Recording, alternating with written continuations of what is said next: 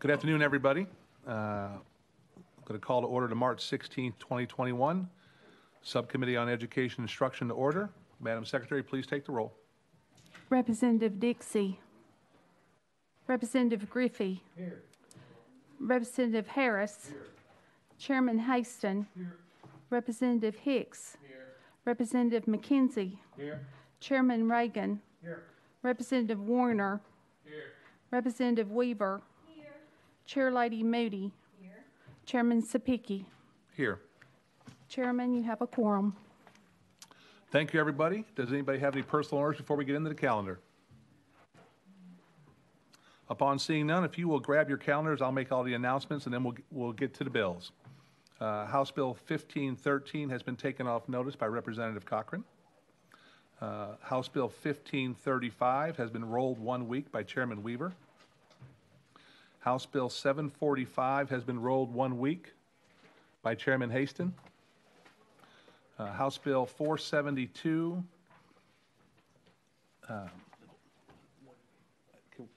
is that our roll because he's been held out? It'll be a committee roll, right? Okay. House Bill 472 by Chairman White and House Bill 755 by Chairman White are both rolled 1 week because he is at home. That'll be a committee roll, not his. Okay. With that being said, is there any objections to that? No objections. We're going to get into the calendar today. First up is House Bill 842. Representative Thompson, you are up. Thank you.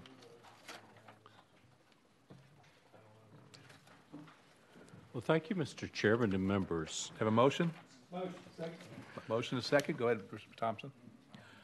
Thank you so much. My bill today regards apprenticeships.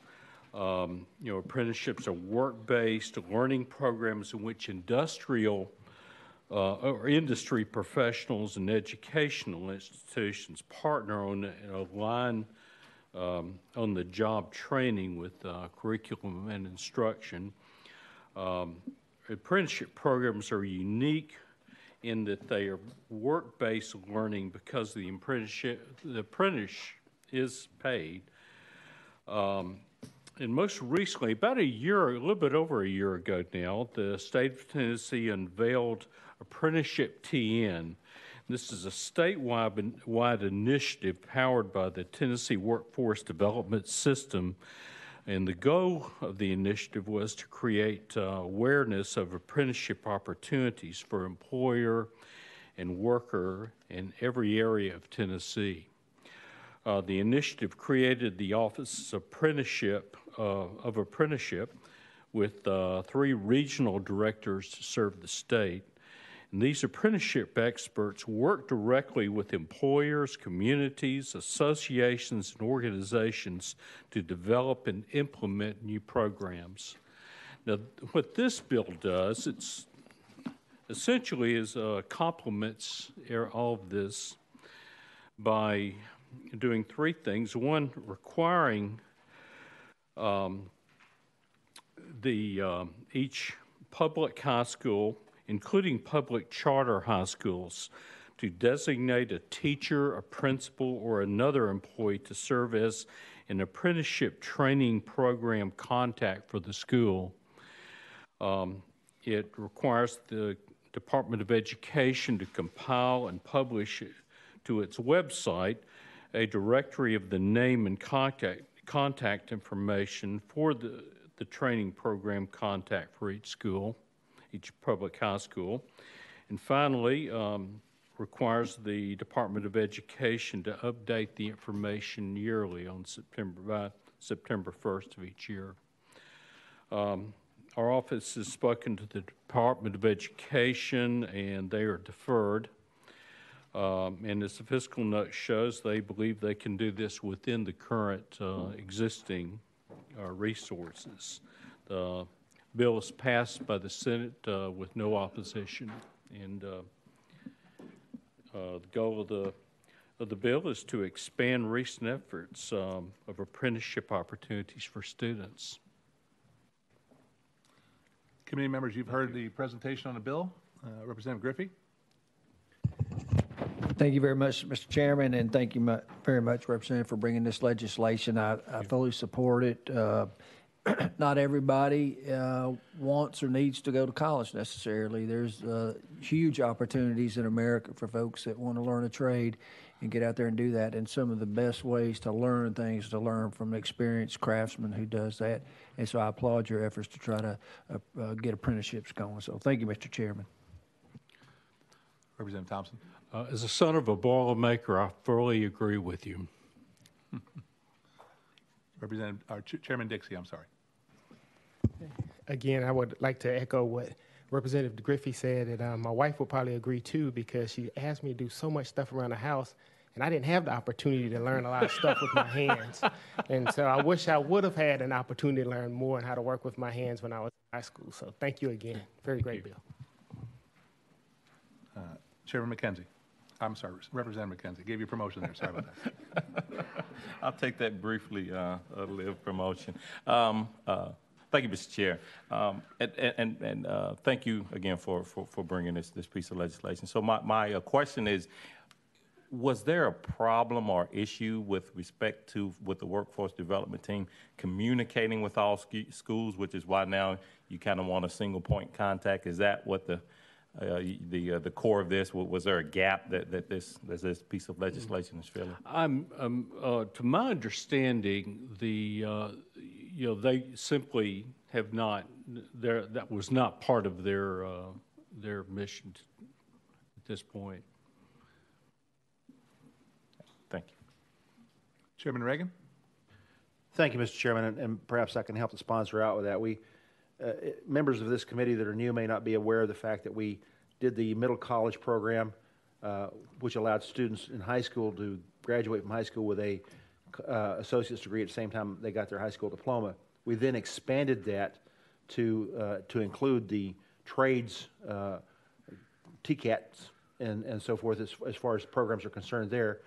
We've had to add several things to it. There's a bill, I think, that's already passed. It may not be completely through yet, that adds workers' comp protection for these apprentices out of high school.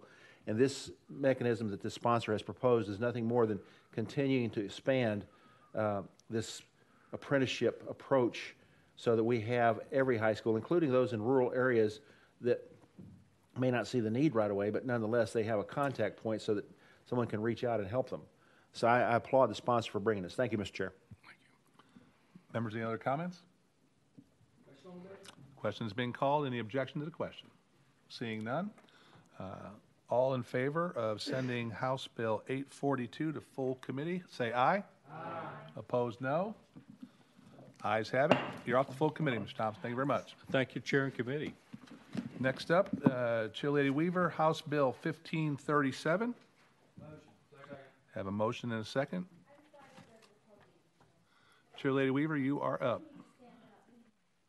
Amendment.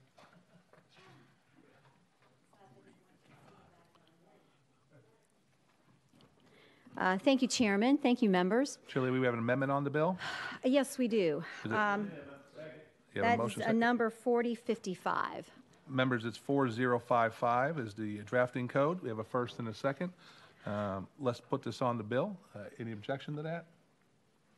Upon seeing none, all in favor of adding drafting code 4055 to the bill, say aye. Aye. Opposed?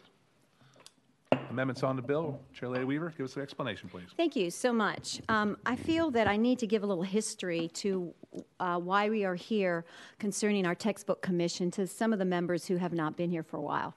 But we, back in public awareness or input on textbook commission has been a factor since 2013. And I believe, I may be wrong on the year, but I think it was like 2015, that the Education Committee, we came together and decided we need a set of eyeballs and a commission that would be tasked to watching over what content gets before our children.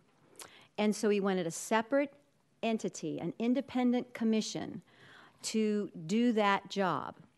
And so we put the committee, the General Assembly put together this commission. And so I guess no news is good news. We were walking on along and we're just thinking the commission is doing well, and we find out that the commission is actually very impaired. It's crippled. So we've been working on getting that refortified. Last year, if you remember, we passed legislation that would make the commission maintain independence from the Department of Education. We went ahead and put that in the law, and we added it to the section under 49-6-2201. I think that's the right number. It's in there somewhere. You can find it. The point is, what this bill seeks to do is to give our commission more muscle, to give them the independence they need to do the task that we, the Education Committee, has asked them to do. That's exactly what this bill will do. It will strengthen the statute I just mentioned. This amendment will do that, and basically mirrors what we did last year.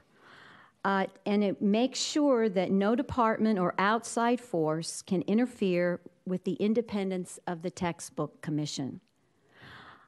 I, as a member of education, one of my main focuses is content. I believe wholeheartedly that if our children have quality content before them, they will excel, and we will be number one in our literacy program. It has to do with that. Now, we've dumped gazillions of millions of dollars, $10 billion into education since I have been here and served on the Education Committee. And I tell you, it's about the content. And if we don't get a hold of this, it's going to be detrimental to our numbers. So that's why I believe we need a strong, robust textbook commission. And we are getting ready to put another one in place Wednesday. I guess that's tomorrow. I will be bringing another individual for the committee to approve of. And we've got stellar people on this committee. And these people are honorary people. They're giving of their time to come with the same passion that most of you members have on this committee, and that's about the content and how these kids are what they're reading.